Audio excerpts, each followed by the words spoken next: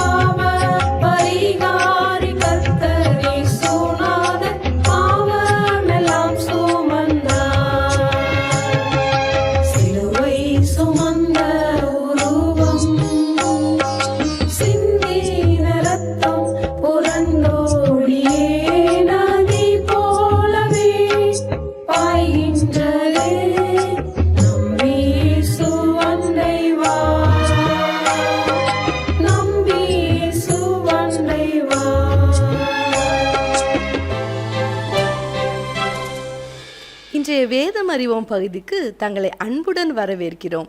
இன்றைய நாளிலும் காகத்தை குறித்த சில குறிப்புகளை நாம் அறிந்து கொள்ள இருக்கிறோம். நம் நாட்டின் எல்லா பகுதிகளிலும் காகத்தை நாம் தினமும் காணலாம். காகம் கருமையாகவும் மனிதர்கள் அதிகம் விரும்பத்தக்கதாக இல்லாவிட்டாலும் நாம் கற்றுக்கொள்ளக்கூடிய நற்பண்புகள் அவைகளிடம் காணப்படுகிறது. காகம் தனக்கு ஒரு உணவு கிடைத்தால் அதை தானே தனியாக உண்ணாமல் மற்ற காகங்களையும் அழைத்து ஒற்றுமையாக அவைகளோடு பகிர்ந்து உண்கிறது. காகங்கள் தினமும் அதிகாலையில் தேவனை துதித்து அவரை மகிமைப்படுத்துகின்றன. காக்கைக்கும் தன் குஞ்சு பொன் குஞ்சு என்ற பழமொழியை நாம் எல்லாரும் அறிந்திருக்கிறோம். நாம் மனிதர்கள் பார்வையில் அற்பமாக எண்ணப்பட்டாலும் நம்முடைய பரம தகப்பனாகிய இயேசுவின் பார்வையில் நாம் ஒவ்வொருவரும் விலையேற பெற்றவர்கள், கனத்துக்குரியவர்கள். வேதத்தில் 11 இடங்களில் காகம் என்ற பதம் பயன்படுத்தப்பட்டுள்ளது. வேதாகமத்தில் குறிக்கப்பட்டுள்ள முதல் பறவை காகம். நோவா பேழையின் ஜன்னலை திறந்து காகத்தை வெளியே விட்டதாக ஆதியாகமம் 8வது அதிகாரம் 6-7 வசனங்களில் நாம் காணலாம்.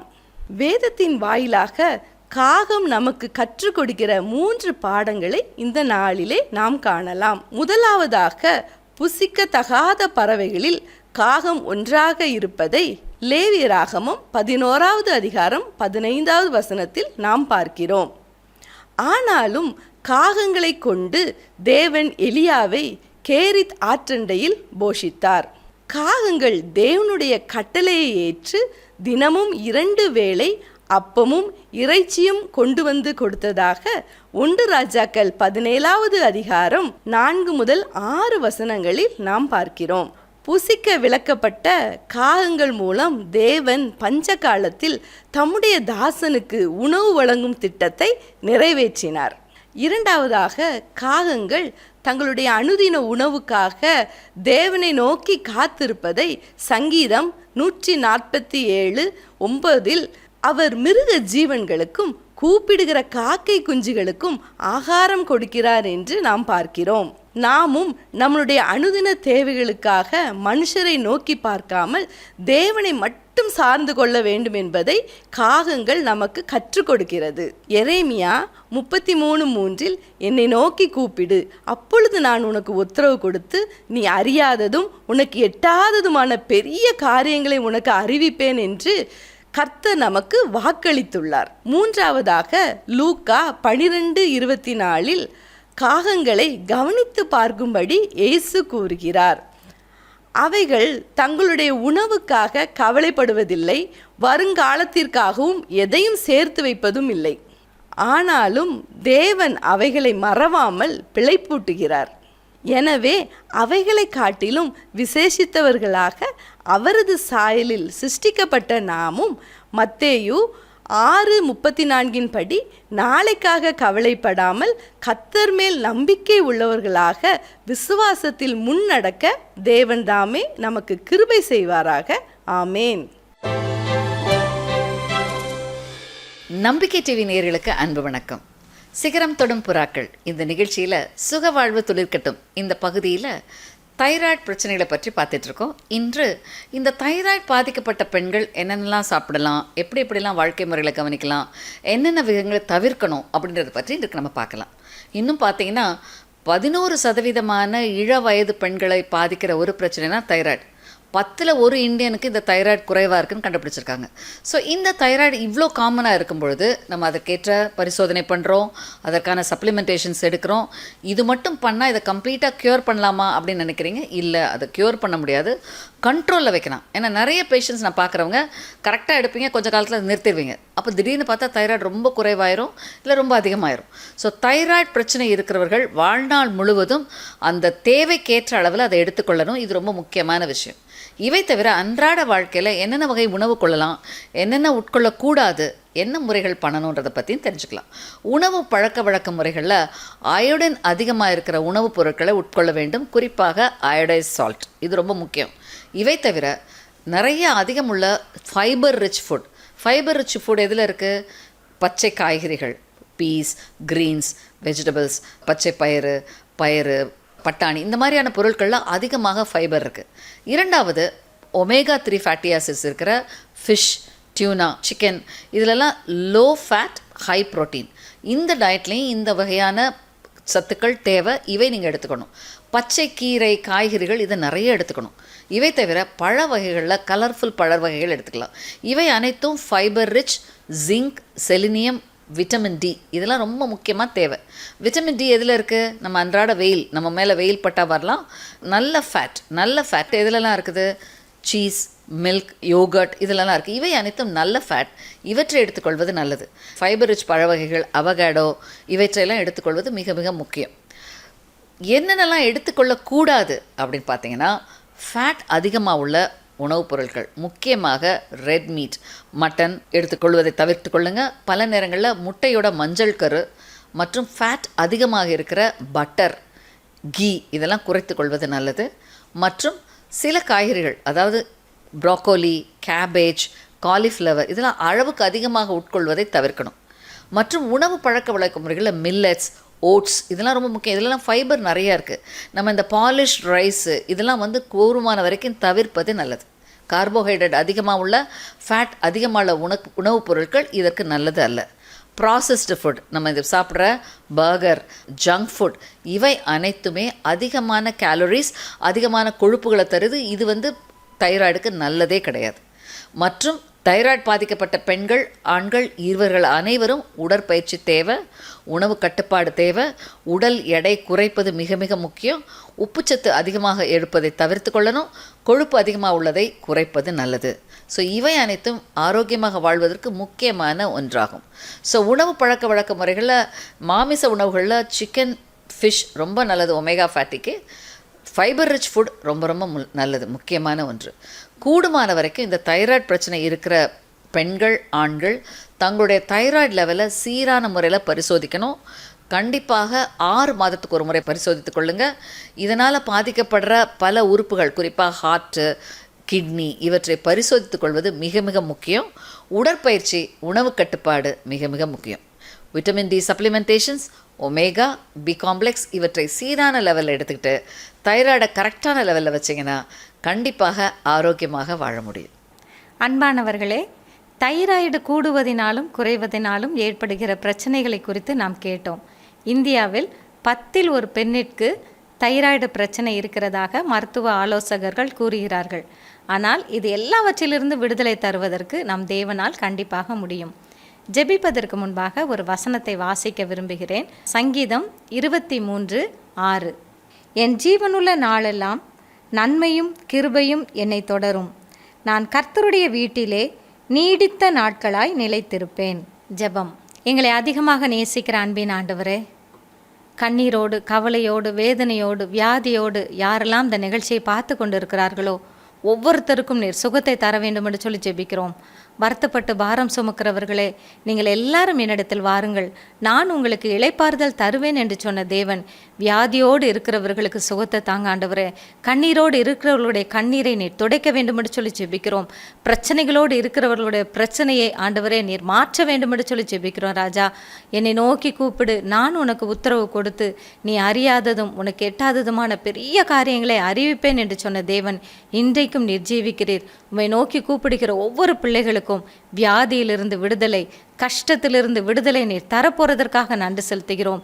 நீர் சொல்ல ஆகும், நீர் கட்டளையிட நிற்கும் என்று சொல்லியிருக்கிறீர். உம்முடைய வேத வசனங்களை நாங்கள் விசுவாசிக்கிறோம் ஆண்டவரே. விசுவாசிக்கிறவனுக்கு எல்லாம் கூடும் என்று சொன்ன தேவன் வியாதியோடு இருக்கிறவர்களுக்கு சுகத்தை தாங்க, பிரச்சனைகளோடு இருக்கிறவர்களை ஆண்டவரே நீங்கள் பிரச்சனையிலிருந்து நீக்க வேண்டும் என்று சொல்லி ஜெபிக்கிறோம். தொடர்ந்து கர்த்தாவே உம்முடைய வேத வசனங்களை வாசிக்கவும், உம்மை நோக்கி கூப்பிடவும் அப்படிப்பட்ட வாஞ்சையை நீர் ஒவ்வொருத்தருக்கும் தர வேண்டும் என்று சொல்லி ஜெபிக்கிறோம். உம்முடைய கிருபை, உம்முடைய அன்பு, உம்முடைய சமாதானம் ஒவ்வொரு குடும்பத்தின் மேலும் நிலைத்திருக்க வேண்டும் என்று இயேசு கிறிஸ்துவின் மூலமாய் வேண்டிக் கொள்கிறோம் பிதாவே, ஆமென்.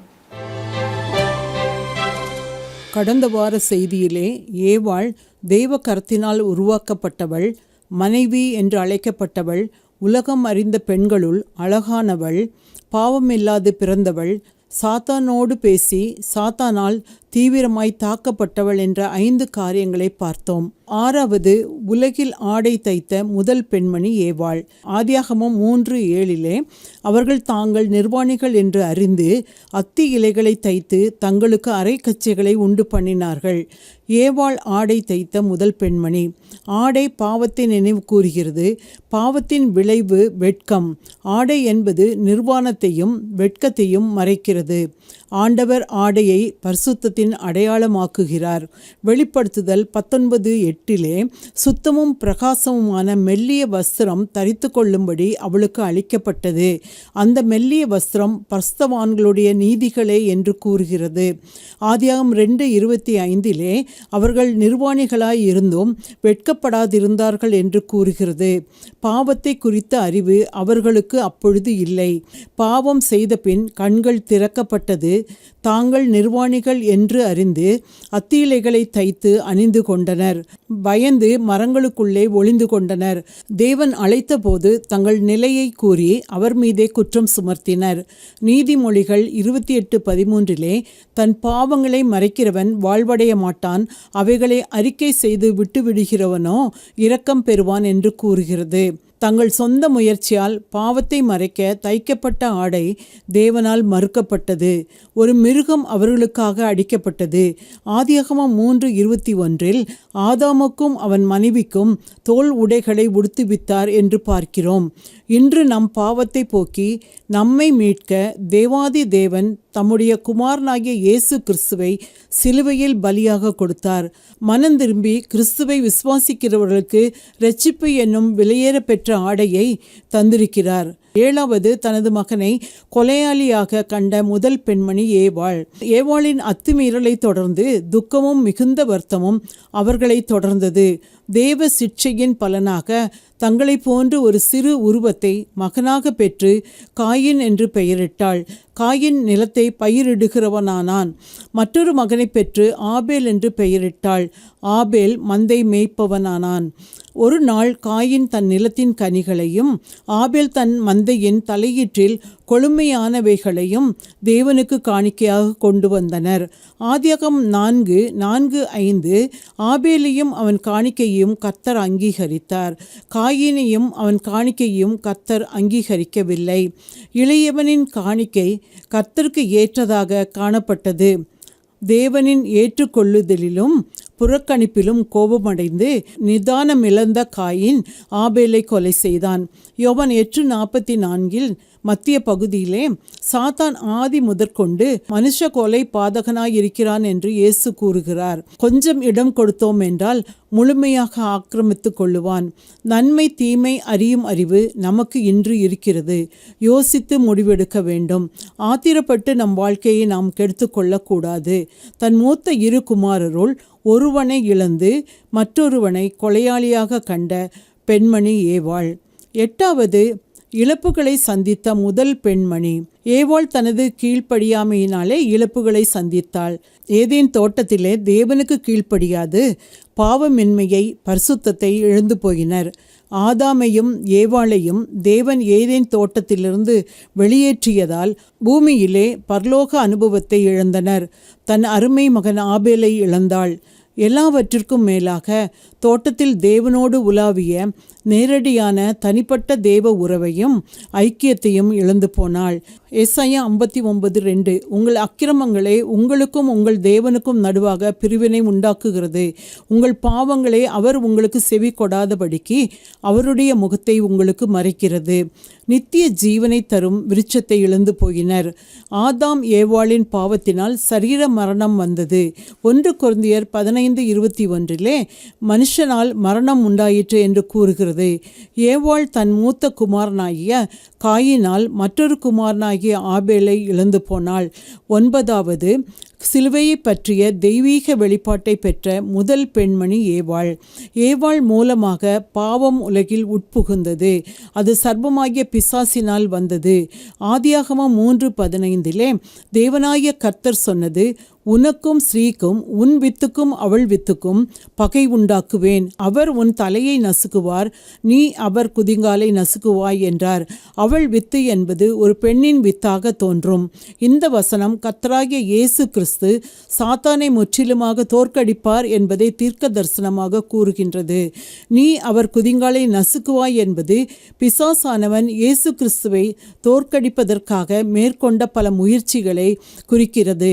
யோவான் 13:2 சீமோன் குமாரனாகிய யூதாஸ் காரியோத்து அவரை காட்டி கொடுக்கும்படி பிசாசானவன் அவன் இருதயத்தை தூண்டினான். யோவான் 13:27 சாத்தான் யூதாஸ் காரியத்துக்குள் புகுந்தான். சிலுவையில் சிலுவையில் இயேசு கிறிஸ்து முடிந்தது என்று மிகுந்த சத்தமாய் சொல்லும்போது பிசாசின் தலை நசுக்கப்பட்டது. சாத்தானின் அதிகாரமும் வல்லமையும் எடுபட்டு போனது. கொலோசேயர் 2:15 துரைத்தனங்களையும் அதிகாரங்களையும் முறித்து கொண்டு வெளியரங்கமான கோலமாக்கி அவைகளின் மேல் சிலுவையிலே வெற்றி சிறந்தார். சாத்தானின் ஆதிக்கத்தை முறியடித்து மனித குலத்தை மீட்கும்படி பெண்ணின் வித்தாகிய கர்த்தராகிய இயேசு கிறிஸ்து தோன்றுவார் என்று முதலாக மனிதனுக்கு அறிவிக்கப்பட்டது. பிசாசினிடம் ஏமாந்து போன இந்த பெண்ணின் வித்தை கொண்டு பிசாசை முற்றிலும் தோற்கடிப்பேன் என்று தேவன் கூறினார். இந்த நற்செய்தி முதலாவது மனுஷன் பாவம் செய்த பின் தோட்டத்தை விட்டு வெளியே அனுப்பும் முன் ஏதேன் தோட்டத்தில் வைத்து அறிவிக்கப்பட்டது. சாத்தானை தோற்கடிப்பவர் கன்னியின் வயிற்றில் தோன்றுவார் என்பதும் இதில் அடங்கியுள்ளது. கிறிஸ்துவ உபதேசங்களான கிறிஸ்துவின் கன்னி பிறப்பு, ஊழியங்கள், பாடுகள், மரணம், அடக்கம் பண்ணப்படுதல், உயிர்த்தெழுதல், இரண்டாம் வருகை ஆகியவற்றை விசுவாசியாத யாரும் இரட்சிக்கப்பட முடியாது. ஏவாளை குறித்து 9 குறிப்புகளை நாம் அறிந்து கொண்டோம். சிருஷ்டியாக சிருஷ்டிக்கப்பட்டவள் சிருஷ்டிகராக தேவனாக மாற வாஞ்சித்தாள். சாத்தானின் சொல் கேட்டு தேவ கட்டளையை மீறினாள். அவர்களது வாழ்வில் வீழ்ச்சி ஆரம்பமானது. பாவம் என்றால் என்ன? வரம்பு மீறுவதே பாவம். பாவம் என்பது தொற்றுவியாதி, கொரோனா என்று வைத்து கொள்ளலாம். அதனது தீவிரமும் பாதிப்பும் நமக்கு விளங்கும். பாவம் வேகமாக பரவும். ஏவாளிடமிருந்து உடனடியாக ஆதாமிடமும் அவர்களிடமிருந்து காயினிடமும் பரவியது. மனித குலம் முழுவதையும் ஆட்கொண்டது.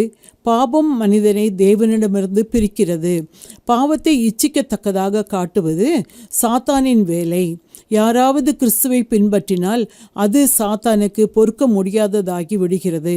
விலக்கப்பட்ட கனிக்கு பதிலாக தேவன் தந்த மற்ற மரங்களின் கனிகளை உண்டு மனிதன் திருப்தி அடைந்திருக்கலாம். மனிதனுக்கு முன்பாக 2 வழிகள் எப்பொழுதும் இருக்கின்றன. நாம் தெரிந்து கொள்ளும் வழியின் விளைவுகளுக்கு நாமே முற்றிலும் காரணம். நாமே விளைவுகளின் பொறுப்பு. தெரிந்து கொள்ளும் காரியத்தை குறித்து எச்சரிக்கையாகி இருக்கும் பொருட்டு நன்மை தீமை அறியத்தக்க விருட்சத்தின் கனியை மாத்திரம் புசிக்க வேண்டாம் என்றார். நம்மை அளவில்லாது நேசிக்கும் அன்பின் தேவன் நமக்கு மறுக்கும் காரியம் நமது நன்மைக்காக என்பதை உணர்ந்து நாம் வாழ வேண்டும். தேவ சொல்லுக்கு மனிதன் கீழ்ப்படிவானோ என்று பார்க்க கூட டெஸ்ட் வைத்திருக்கலாம். தவறியது மனிதனின் தவறு. நாம் கூட அப்பா அம்மா கணவர் சொல்லுக்கு கீழ்ப்படிய மறுக்கும் பொழுது பிரச்சனைகளை எதிர்கொள்ள நேரிடுகிறது. வாழ்வில் நல்லதை தெரிந்து கொண்டு பரிசுத்த ஆவியானவர் நமக்கு வழிகாட்ட அனுமதிப்போம் என்றால் ஏதேன் தோட்ட கனியை விட அதிக இன்பத்தை கொடுப்பார். நம் வீடு அன்பு, சமாதானம், பொறுமை, சாந்தம், நற்குணம் நிறைந்து காணப்படும். நம் வீடு பூமியின் மீதே ஒரு குட்டி பரலோகமாக காணப்படும். இன்று நம் வீடு எப்படி இருக்கிறது? ஏவாள் ஏதேன் தோட்டத்தில் இழந்ததை திருப்பிக் கொடுக்க கெத்செமனே தோட்டத்தில் வேர்வை இரத்தத்தின் பெருந்துளியாய் வெளிவர இயேசு ஜெபித்தார். கொல்கதா மலையில் கோர சிலுவையில் இரத்தம் சிந்தி மரித்தார். 3ஆம் நாள் உயிர் தெழுந்தார். இன்றும் ஜீவிக்கிறார். யோவான் 6:37 என்னிடத்தில் வருபவனை நான் புறம்பே தள்ளுவதில்லை என்று இயேசு கூறுகிறார். அவர் அண்டை வந்து நித்திய சந்தோஷத்தை பெற்று மகிழுங்கள். ஏவாள் வாழ்க்கையிலிருந்து நாம் கற்றுக்கொள்வது, தேவ வார்த்தையை சந்தேகிக்காதே. உலக காரியங்களை நாடி தேடாதே. தேவன் விரும்பும் உன்னத காரியங்களை மாத்திரம் நாடி தேடு. நமக்கு கேடு விளைவிக்கும் உலக காரியங்களில் அற்ப சந்தோஷத்தை நாடாதே. பாவம் நம்மை தேவனிடமிருந்து பிரிக்கும் என்பதை எப்பொழுதும் ஞாபகத்தில் வைத்துக்கொள். ஏவாள் தேவ வார்த்தையை மீறினாள். சாத்தான் தந்திரமாக தன்முன் வைத்த காரியங்களை அவள் நன்மையாக கண்டாள். கீழ்ப்படியாமல் போனாள். தன் துணையையும் பாவத்திற்கு உட்படுத்தினாள். ஏவாளது கீழ்ப்படியாமை ஆசை காட்டிய சாத்தானோடு ஒத்துப்போனது ஆகியவற்றை நம் வாழ்வை விட்டு நாம் அகற்றிவிட்டால் உயர்ந்த சிகரங்களை நம்மால் அடைய முடியும். தேவனாகிய கர்த்தர் தாமே நம் ஒவ்வொருவரையும் சிகரம் தொட உதவி செய்வாராக. ஜெபிப்போம். அன்பின் ஆண்டவரே, ஏவாளை குறித்து கேட்ட அனைத்து குறிப்புகளுக்காய் ஸ்தோத்திரம். ஏவாளை பார்த்து எங்களை நாங்கள் திருத்திக் கொள்ள உதவி செய்யுங்கப்பா. எங்கள் பிள்ளைகளுக்கு எங்களது சுவாபமும் சாயலும் இருக்கிறது கர்த்தாவே. எங்கள் பிள்ளைகளை உம்முடைய பிள்ளைகளாக வளர்த்துவிட தேவையான ஞானம் கிருபைகளை தந்து வழி நடத்தும். இயேசுவின் மூலம் ஜெபங்கேளும் பிதாவே, ஆமேன். விஸ்வவாணி என்பது இந்தியாவில் அறியப்படாத இடங்களில் நற்செய்தியை அறிவித்து தாழ்ந்து கிடக்கும் சமுதாய மக்கள் சமுதாயத்தில் உயர்ந்த நிலையை அடைவதற்கான அனைத்து கட்டமைப்புகளையும் ஏற்படுத்தி தரும் ஓர் மக்கள் இயக்கம். குடி, விபச்சாரம் என மனிதர்களை அழித்தொழிக்கும் பாவங்களிலிருந்து அவர்கள் நிலையான விடுதலையை பெற்றுக் கொள்வதற்கான வழிமுறைகளை அறிவித்து, கல்வி அறிவு புகட்டி, கைத்தொழில்களை கற்பித்து, சமுதாயத்தின் சக மனிதர்களைப் போல அவர்களும் தலை நிமிர்ந்து வாழ வழி செய்யும் ஓர் அன்பின் ஐக்கியம். ஒரு கிராமத்தை பொறுப்படுத்து மாதந்தோறும் 4000 ரூபாய் அன்பின் ஈகையாக கொடுப்பதின் மூலம் ஓர் சமுதாயம் நம் கண்முன்னே மலர்வதை நீங்கள் பார்க்க முடியும். அவர்கள் ஆராதிக்கவும் தங்கள் சமுதாய மறுமலர்ச்சிக்கான திட்டங்களை தீட்டவும் ஓர் ஆராதனை கூடத்தை ஏற்படுத்தி தருவதற்கு எங்களை நீங்கள் தொடர்பு கொள்ளலாம். சிறுவர்களுக்கான கல்வி செலவை ஒவ்வொரு மாதமும் ரூபாய் 1500 கொடுப்பதின் மூலம் பொறுப்பெடுக்கலாம். இந்திய தேசத்தின் வலிமையான கிராமங்களை உருவாக்க, அடிமைத்தனங்கள் இல்லாத சமுதாயத்தை கட்டமைக்க அன்பின் இதயங்களாக நாம் ஒன்று சேர்ந்து உழைப்போம். ஆண்டவர் உங்களை ஆசீர்வதிக்கட்டும். கூடுதல் தகவல்களுக்கும் அன்பின் தொடர்புகளுக்கும் நீங்கள் தொடர்பு கொள்ள வேண்டிய தொலைபேசி எண்கள் திரையில் காண்பிக்கப்படுகின்றன. உங்கள் அன்பின் ஈகைகளை ஆன்லைன் பரிவர்த்தனை மூலம் செலுத்த வங்கி கணக்கு எண்களும் கீழே தரப்படுகின்றன. பிரத்யேகமாக தரப்பட்டிருக்கும் QR கோடையும் நீங்கள் ஸ்கேன் பண்ணிக் கொள்ளலாம். உங்கள் ஜெபங்களாலும் ஈகைகளாலும் இந்தியாவை ஆசீர்வதிக்கும் உங்களை ஆண்டவர் அளவில்லாமல் ஆசீர்வதிப்பாராக. கிறிஸ்துவுக்குள் பிரியமானவர்களே, இந்த நிகழ்ச்சி உங்களுக்கு ஆசீர்வாதமாக இருந்திருக்கும் என்று சொல்லி நம்புகிறோம். நீங்கள் பெற்ற ஆசீர்வாதங்களையும் உங்கள் ஜெப தேவைகளையும் திரையில் காணும் எண்கள் மூலம் எங்களுக்கு தெரியப்படுத்துங்கள். கர்த்தரின் ஆசீர்வாதம் உங்கள் அனைவரோடும் இருப்பதாக.